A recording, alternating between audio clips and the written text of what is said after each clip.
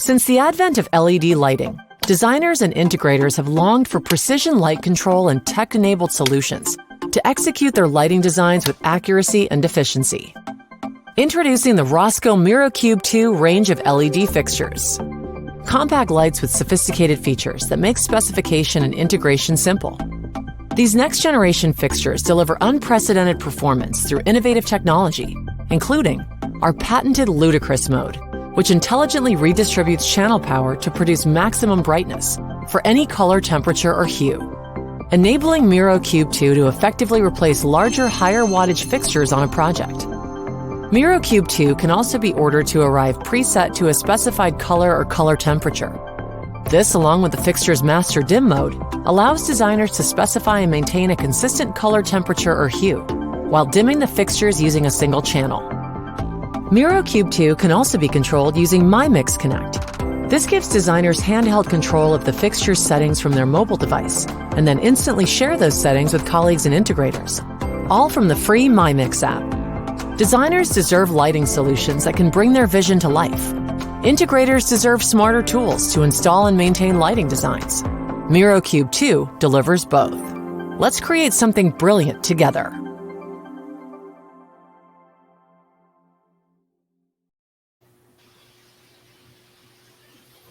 Hi, everyone, and welcome to the Rosco Architectural Miro Cube 2 webinar. I'm Amy Strong, Vice President of Rosco Architectural, and I'm joined today by Tom Siko, who is the Eastern Regional Manager for Rosco, and Mike Johnson, who is the Director of Engineering at the Black Tank. In our discussion today, we will share the features of the newly updated Miro 2 and demonstrate how this fixture can be used to provide lighting professionals with a unique tool for color and creative control. A few notes before we begin. Please share your questions in the sidebar, and we will answer them at the end of the session. And everybody who has joined us today will be entered into a drawing to win a Miro Cube 2. With that, let me start the session first with Tom Siko. Hello, Tom. Hi, everybody. We're excited to share the new features of this fixture released by Rosco in January of 2022. Over the past couple of months, we've received so much positive feedback from lighting designers, and we hope this discussion will help you in understanding the Cube product line and the benefits of the Miro 2 fixture. Absolutely, Tom. The positivity and feedback has been great. And now to Mike, thank you so much for being with us today. I'm especially looking forward to picking your engineering brain and hearing the features and technologies behind the Miro Cube 2. Yeah, sure, Amy. Thanks for having me. I'm excited to have this discussion and to kind of help educate everybody on all the new improvements that we've made to the fixture. Excellent. So, Mike, most but not all may know that the Cube product line is a partnership between Rosco and the Black Tank. Can you tell us more about the Black Tank and the history of the company? Yeah, sure. We started the company in 2010, so it's been 12 years now. And the company was really started around the product that was called the Brick Blaster, which became the Miro Cube after we partnered with Rosco.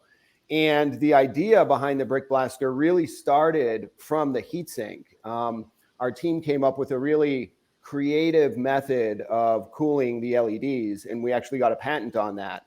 And that heatsink has stayed the same through all of the different Cube products. And again, it started in the Brick Blaster. But it wasn't only the heatsink that started the thought process as we were designing that original product. We looked at all the products that were available on the market at the time, and most of the pro grade products were, an LED panel and then a remote power supply.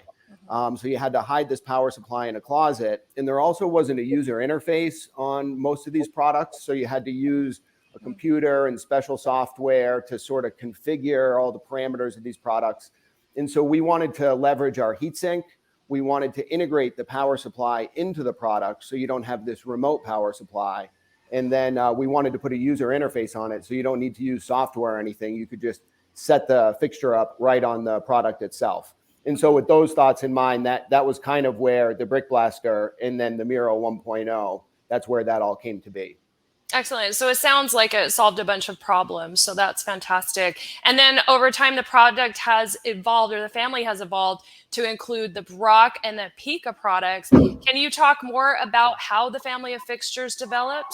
Yeah, that's a good question. So once we had the Miro Cube and it was selling like gangbusters, we heard from customers, regularly that sometimes they didn't need the full 50 watts that the Miro Cube is. They wanted a even smaller, less power, less expensive product. That's where the Pika came from. And then we would hear the opposite also, where people would say, 50 watts isn't enough punch. I need more power. I need more output. And that's where the Brock came from. So they all leverage kind of those same things that I talked about. They all have the patented heatsink. They all have user interfaces built in. So it's, a family of products that share a lot of attributes, but it's essentially a small, a medium, and a big version. And just to review, Mike, there are 4 different variants of this fixture. We have a WNC, which is a 3-chip tunable white, capable of mixing anywhere from 2700K to 6500K. We have a 4C, which is a 4-chip RGB plus white. There's a 4CA, which drives deeper into RGB plus amber. So you really have some good color mixing. And then a UV, which is a full 365 nanometer ultraviolet fixture. Yeah, Tom, that's right. Those versions are the same through the Pika, the Miro, and the Brock. With the one exception being the Brock. There isn't a UV Brock, but there's those same flavors of LED boards across the product line. Mm-hmm. And I'll just add, there isn't a UV Brock because the Miro has been powerful enough on its own. There hasn't been a demand for it from the design community. So that's really telling of how powerful the Miro Cube is. So Tom, can you share with us some notable projects that have had the original Miro Cube product featured? Yeah, sure. The original Miro fixture has been specified on a number of really high-profile projects around the world, including the Marine Corps Museum in Virginia, the Peterson Museum in California, Michael Jackson 1 by Cirque du Soleil, and also in the retail world in Dolce & Gabbana stores in New York City. For many years, designers have understood the power of the Miro fixture, and the design of the Miro 2 fixture were able to provide them even more power and options for lighting designers. Excellent. Well, given the history and the evolution of the entire product family, I'm really excited to get to the heart of why we are here today, which is to talk specifically about the Miro 2 fixture, which has been redesigned, updated with the latest in aesthetics and optics and LED technology. So go ahead. Amy, can you talk some more about the aesthetic changes with the Miro 2 fixture? I'd love to, because this has come up so much over the past. And some are really drawn to the extreme cube shape and others not so much. And that's fine. It's almost the same as the Coke versus Pepsi debate. You either like it or you don't. One thing remains true for everybody. They appreciate the brightness and the compactness of the light itself. So with that, we really took designers' feedback into consideration when designing the revamp of this fixture. We've smoothed out the corners to be more rounded versus a hard edge. We've added a window on the yoke, allowing you to see the angle of the fixture. The lens and the optic board have been recessed so that the face of the fixture is flush. And we offer 2 versions. We offer a standard hardwire pigtail without the user interface and a classic conversion that we'll talk about a little bit later. That's only the beginning of the features though. Tom, can you share with us about the power and the brightness of the Miro 2 fixture? Serious power. The Miro 2 fixture is a compact 50-watt LED fixture that utilizes Ludicrous Mode. This is a big change over the existing Miro product as it allows power to be intelligently shifted to create more output. Mike, can you discuss what is Ludicrous Mode and how can it increase the output of the fixture? Yeah, Tom. So Ludicrous Mode, like you said, is new to Miro 2.0. And if we start by kind of talking about Miro Cube 1.0, so that was a 50-watt fixture. And if we talk about the 4C, for example, where it's red, green, blue, and white, typically what's done on color changing fixtures is you take the total power capability, in this case it's 50 watts, and you divide that by the number of colors you have. So if it's a 4-color light, that gives you roughly 12.5 watts of each color. Again, this is how it's been done for years. This is how almost all fixtures are done. And it's a little bit of a bummer if you think about it, because if you end up only wanting to use red, for example, or just blue, when you turn the reds on, you only end up with 12.5 watts of power coming out of your fixture, even though the power supply and the heat sink, everything is capable and designed to do 50 watts. You're only getting 12 watts of output. You're leaving a lot on the table. So Ludicrous was designed to sort of take care of that problem, where now what happens is there's algorithms running inside the light in the background. And if all you want is red and you put that red DMX fader up, the fixture can basically push almost the full 50 watts of power into just that red channel. Or if you want purple and you have red and blue on, you'll end up with 50 watts of the red and blue combined into purple, rather than 25 watts in, you know, a traditionally designed fixture. Now, it's important to note here too, we're not overdriving the LEDs with Ludicrous Mode.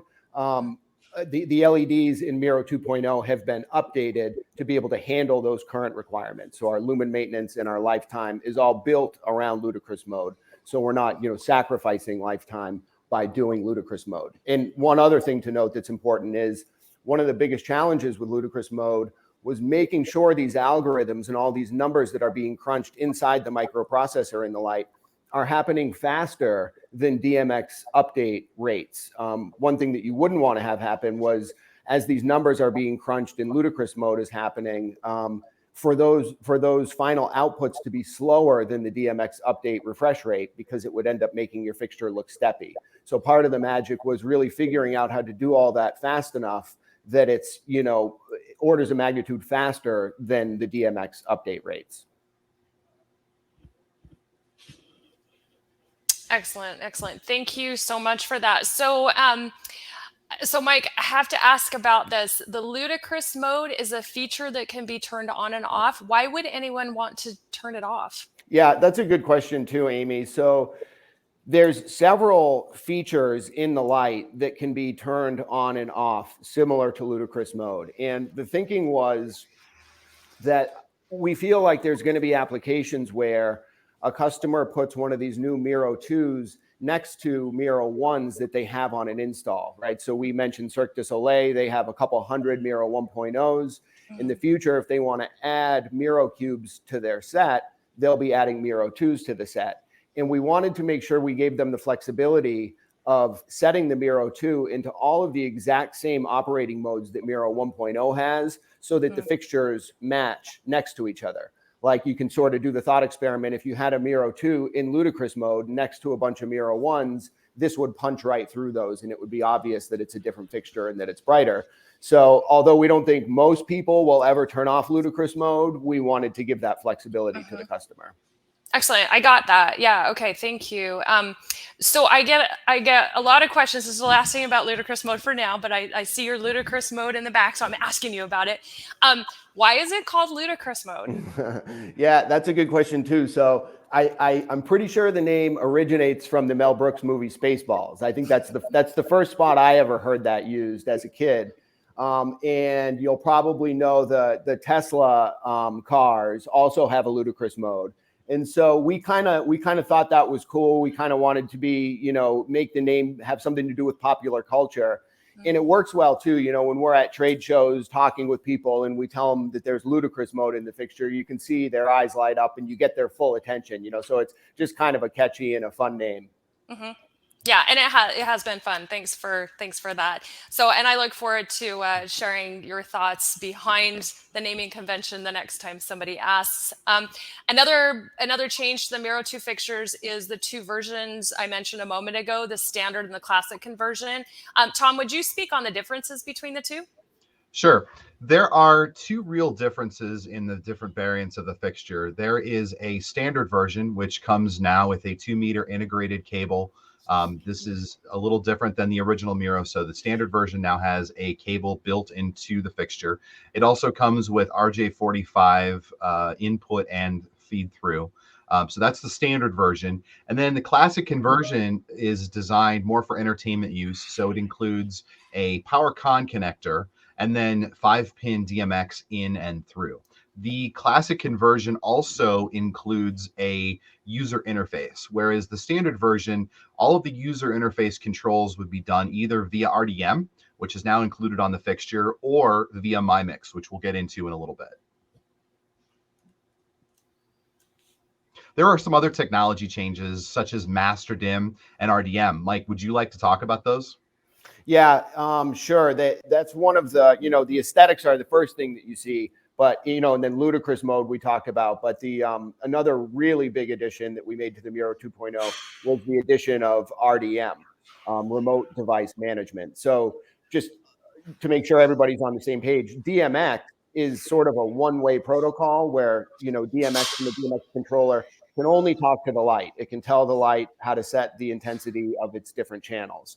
RDM is bidirectional. So now your DMX controller can send data to the light and the data can talk to the controller. And so this allows, it ends up being a lot easier to sort of set the lights up once they're installed. As you said, there's a user interface on the classic conversion. And so all the parameters can be set up on the user interface, or you can use RDM to do just about everything you can do on the user interface. You can do with your RDM DMX controller. With the standard version where there is no user interface, obviously the RDM is critical because that's the only way to set the light up. With the RDM comes, all sorts of features like we monitor the internal temperature, we monitor the hours that the fixture has been on. You can look at the number of power cycles. You can set the DMX address remotely. So if your lights are already hung up on a set and they're hard to get to, from your DMX controller down on the ground, you could change the light from DMX address 1 to, DMX address 150.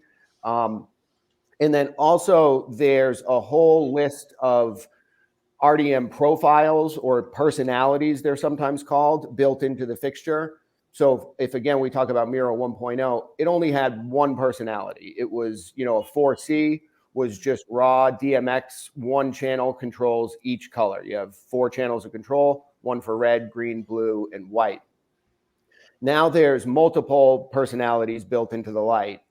One of them is the legacy that was the same profile that Miro 1.0 had. But for example, there's one now that has a master dimmer. So that uses 5 channels of DMX with a 4C. You can set your colors and then you get a 5th fader that'll let you globally dim the light. There's a CCT mode built into these where we used our photometric lab to come up with really good recipes of white light that are built into this light. So if you put the light into CCT mode, that gives you 2 channels of DMX, one that swings it through the spectrum of all the different CCTs it can make, and one for intensity. There's a single channel mode where you can preset a color, lock it in, and it just dims that one color that you've locked in. There's a no PWM mode that takes away any PWMing for, ultra sensitive camera, high frame rate types of applications. And there's even a dual mode that we call where the fixture is essentially in both CCT mode and raw color mode at the same time. And you have a 6th fader. And when you swing that 6th fader past 50%, the light snaps into CCT mode. And when that 6th fader is below 50%, the light is in the raw color mode. So there's all these different profiles built into the light that I think are really going to help people solve problems, on site. Mike, this is fascinating. I've been working with this fixture now for a while now. And like I said earlier, I'm excited to pick your brain because I just learned something I didn't know about dual mode. So thank you for that. And clearly there's been a lot of thought and engineering put into developing the Miro Cube 2. Can you talk about the differences between the 4C and the 4CA fixtures and why designers might pick one over the other? Specifically, I often hear, I need a pastel, so I can't use the 4CA. Can you speak on that also? Yeah, sure. So, it's not exactly true that you can't make pastels with a 4CA. Both fixtures, have a really broad color gamut, a really broad spectrum. The 4CA, the only difference is the amber. So if I start off by saying the red, the green, and the blue are identical between the 2 products. So the 4C has a white chip and the 4CA has an amber chip. That amber is what we call phosphor converted, which essentially means, you're starting off with actually a blue LED and then it's coated in a phosphor. And when that phosphor gets excited from the blue light, it emits amber. And what that essentially means is if you were to look at the spectral output of the amber, it's this nice broad spectrum, which really lets you make nice oranges and yellows. Traditionally, if you want orange or yellow, you mix green and red together. and you don't really get those deep saturated oranges and yellows. So, one way to think about it is if you really want deep saturated colors, all the colors in the rainbow, the 4CA might be a better choice for you because you'll be able to hit all those yellows and oranges.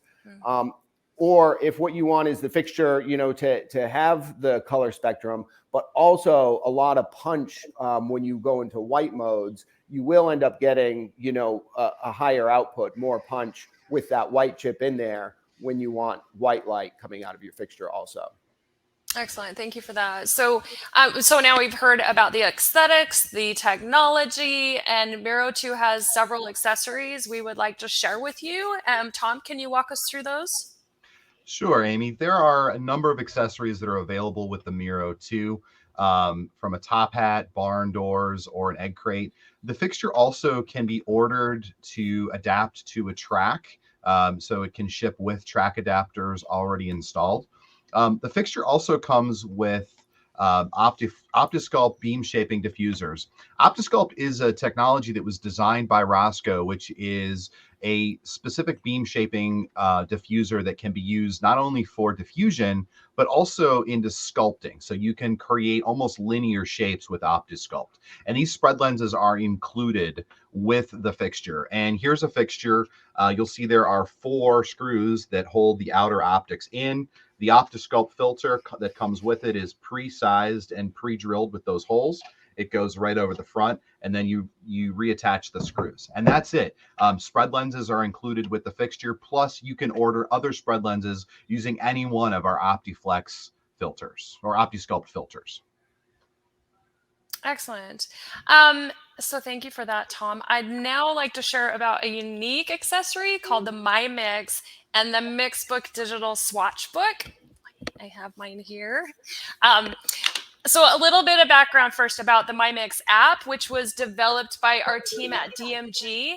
DMG is a Rosco-based company in Lyon, France. They developed it to enhance the DMG line of fixtures, including the Mixbook digital swatch book. Think of Mixbook as a workflow enhancement tool. You can take a photo or use the color picker within the app. You can adjust the hue, you can adjust the saturation, and then really cool, you can share it with your colleagues. So Tom can literally take a picture of something, email me the file, and I can bring it up right here in my hand. So you and your team in different parts of the world can share a color conversation in real time, and you can share the identical color using the myMIX app and the Mixbook digital swatch book. This can be very useful also in having a conversation with people who are not necessarily designers and explaining how color light works on materials and surfaces.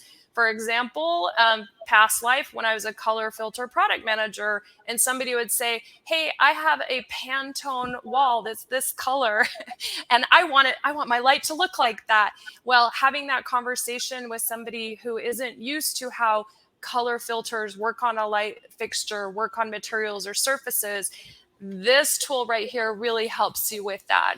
So with that, Mike, can you give us some background on the myMIX Connect and why it was created? Like, what is it and why was it created?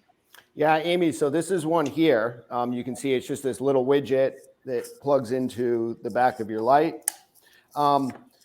It's essentially a way for the myMIX app to communicate to the cubes. And when we were developing it, what we didn't want to have was a power cord. We didn't want there to be a wall adapter or some other wire that sort of clutters up the back. So there was kind of a creative process involved of figuring out how to be able to scavenge power out of these DMX jacks. What you can't do with a product that has DMX jacks is just put 12 volts or 24 volts on some of the pins on those connectors, because you don't know what somebody's going to be plugging in for a DMX controller, and if it's tolerant to those voltages, you could damage some products. So you got to be really smart about how you don't violate the DMX specs if you want to draw a little bit of power out of those jacks. And so it was a challenge to design this product to have a low enough power consumption where we can essentially use the DMX drivers that are built into the light and scavenge enough power to get this thing to come on without any additional wires. Excellent. That is super fascinating because I know that the Cube products can output DMX, and now we're putting it to really good use. So thank you for that. So Tom, let's go to the myMIX app now, so we can show everybody the unique features that are available to them. Sure, Amy. So I'm going to show you a couple things here. What you're looking at is my iPhone screen, and I have downloaded the myMIX app from the App Store. Again, this is available in both iOS and the Android app stores. Once you get it downloaded, you're going to have to sign up and sign into the myMIX app. And over here in my office, I have a Miro 2 4CA hooked up to a myMIX connector, and I'm just going to go in here and scan. It's going to find it. I also have a dash running here, but I'll use the myMIX Connect and connect to that. It's going to tell me exactly, or it's going to ask me what fixture I'm using. So this is where you would be able to pick between a 4C, 4CA, WNC, or UV. This is a 4CA, so I'm going to select 4CA, and it's going to go ahead and put that in, and then I can connect to it. There you go. And from there, I'm just going to go ahead and fire up the light. So now is when I'm going to actually drag my cursor right across the bottom. And now I've got a light firing up here, and I can hit apply. This is in kind of tunable white mode, so I have a 2200K selected, but by selecting this, I can cool that off and take it all the way up to its limit, to its white limit. So very nice and easy, smooth motions, Mike mentioned. We can also go into gel mode. So if you're used to working with Rosco gels and filters, you can come in here and actually select a gel that you're used to using and replicate that gel and then put it right out to the fixture. I'm going to apply that and crank the intensity up. And there you go. Now we have that in at R17, light flame. You can also select colors. So I'm going to come back in here and fire up the light again. And I'm going to go into a color picker. And I can actually drag this around and grab any color that I really want. I can adjust the saturation by going up or adjust the hue by going from side to side until I get exactly the color that I want. Another really unique feature about this app and the entire system is the ability for collaboration.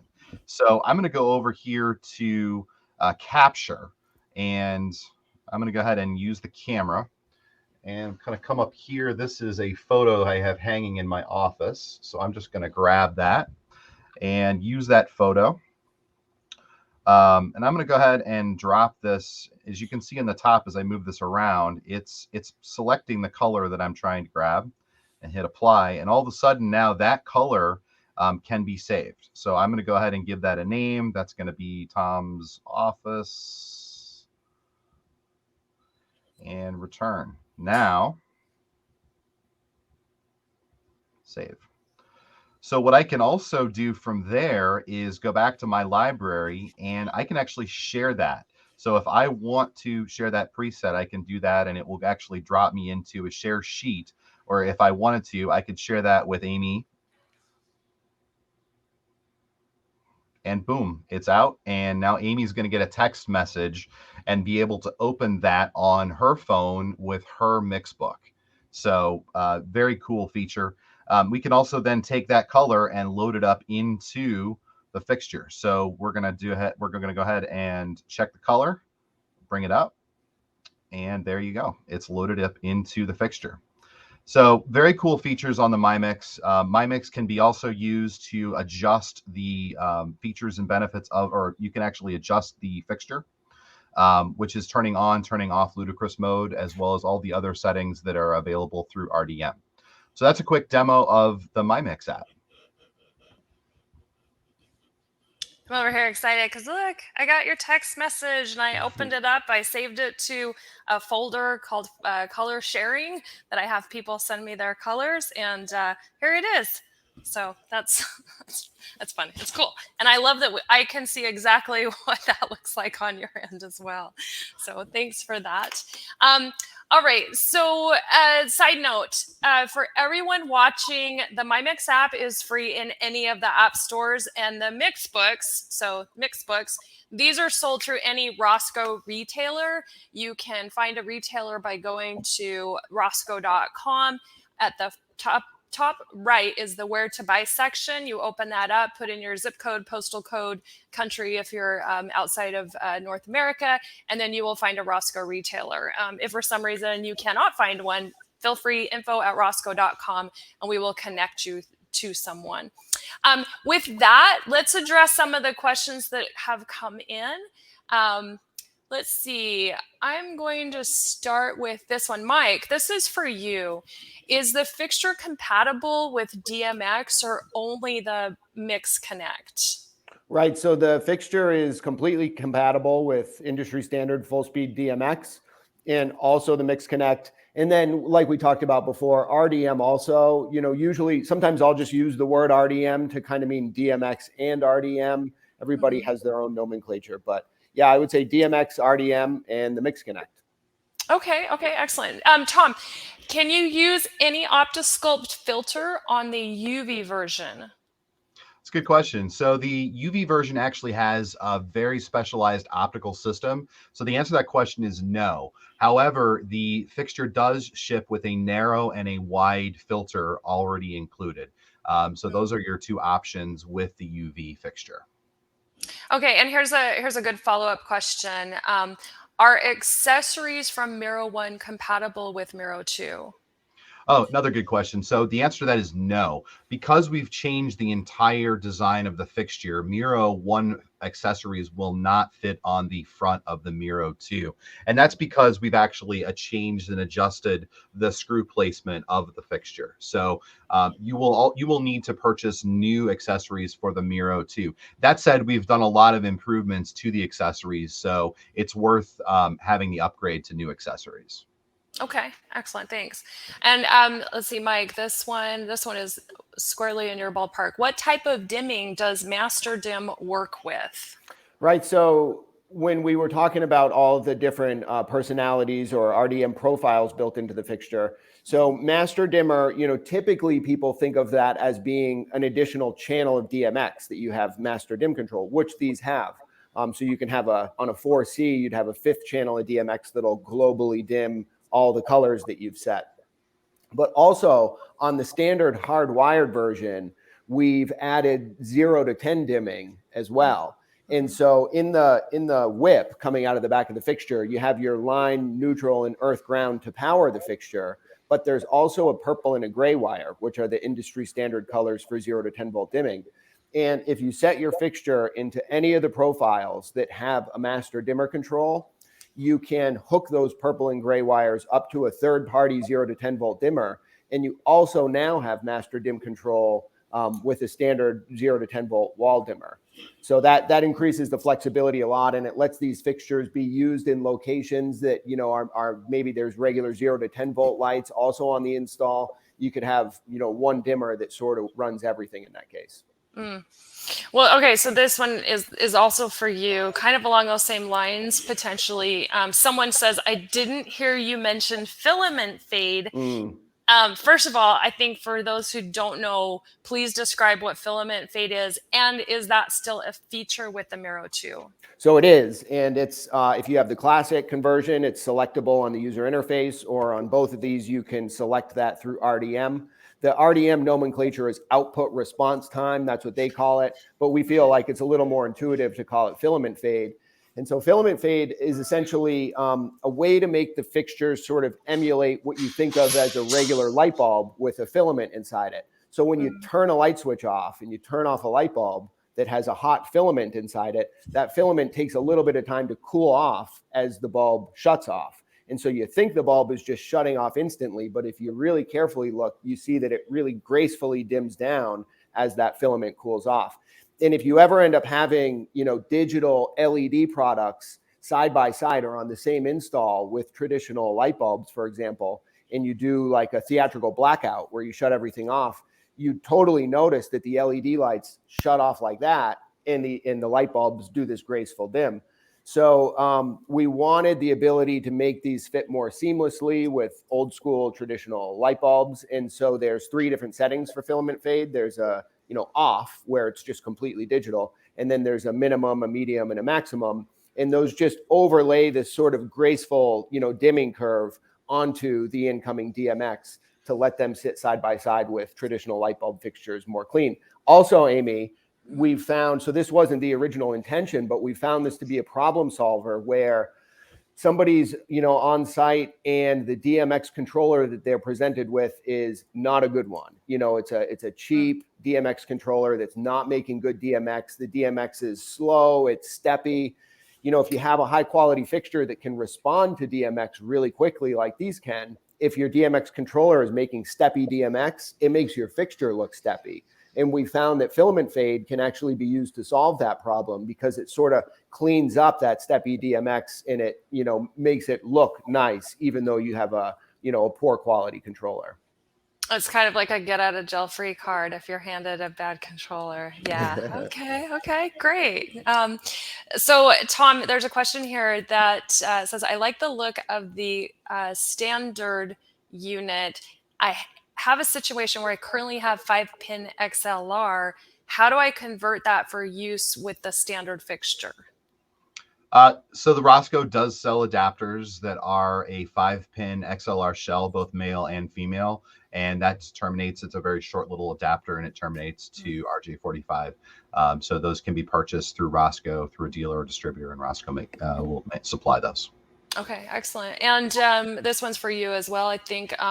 Can the Miro 2 be used on track? Yeah, it's a great question. A Miro 2 is such a small and compact fixture, so it absolutely can be used on track. It can be ordered with the track adapters already installed, so please make note of that as you're specifying and ordering the fixtures. But awesome use because of the size of the fixture, great on track. Okay, thank you. Hey, Mike, does the fixture have a fail-safe if it starts to overheat? It does, yeah. The fixture is constantly monitoring the internal temperature, and that's something you can even look at with RDM. You can watch the fixture's temperature change, and then it does have a trip point. So if you're in a super hot environment, or if it gets blocked, if drapes end up on top of it or something like that, the fixture will save itself before anything catastrophic happens. Thank you for addressing that, because I wanted to make a point, like the fixtures don't just randomly overheat, like it's something has happened to where the fixture is in a precarious situation that it shouldn't be in. Yep. Right. Excellent. Tom, I'll throw this one to you. Where can I get pricing? All of the Rosco architectural products, including Miro 2, are POA, so price on application. So if you're looking for pricing or you're looking to budget this fixture into your project, please contact your Rosco architectural manufacturer's rep or our project management team, or myself or Amy, and we can all reach out and get you that information. Excellent. All right. Well, we have a few more questions here, but I'm afraid we're out of time. We will respond in a private email to each and every one of them to make sure all questions are answered. Also, watch for a follow-up email from us that will have a recording of this session, and especially if you are the winner of the Miro Cube 2. Thank you so much, Mike, and thank you, Tom, and thank you to our lighting community for joining us today. So let's go create something brilliant together.